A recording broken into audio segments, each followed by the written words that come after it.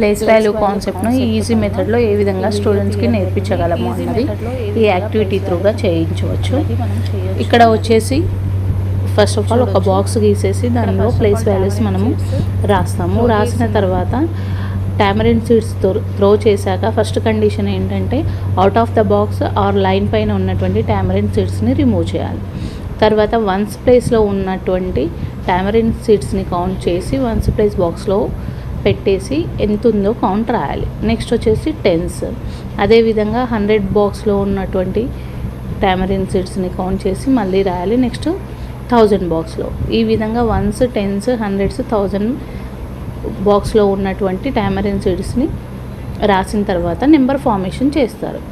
ఆ number formation చేశాక place వాల్యూస్ని బట్టి ఏ విధంగా రాస్తారో మనము పిల్లలకి నేర్పిస్తాము. నేర్పించిన తర్వాత వన్స్ ప్లేస్లో ఉన్నదాన్ని 10s, 100s, 1000s ఈ అబ్బాయి రాయడం జరుగుతుంది. క్లియర్గా చూడండి.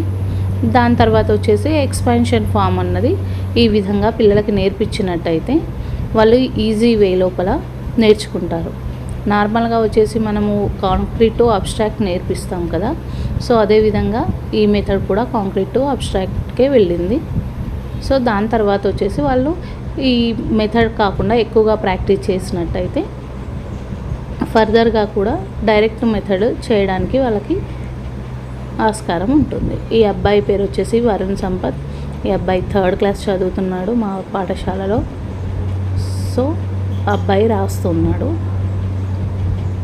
So this is the expansion form. తర్వాత కూడా ఆ ఎక్స్పాన్షన్ ఫామ్లో ఉన్న నెంబర్ని కూడా మళ్ళీ తను వర్డ్స్లో రాస్తున్నాడు చూడండి.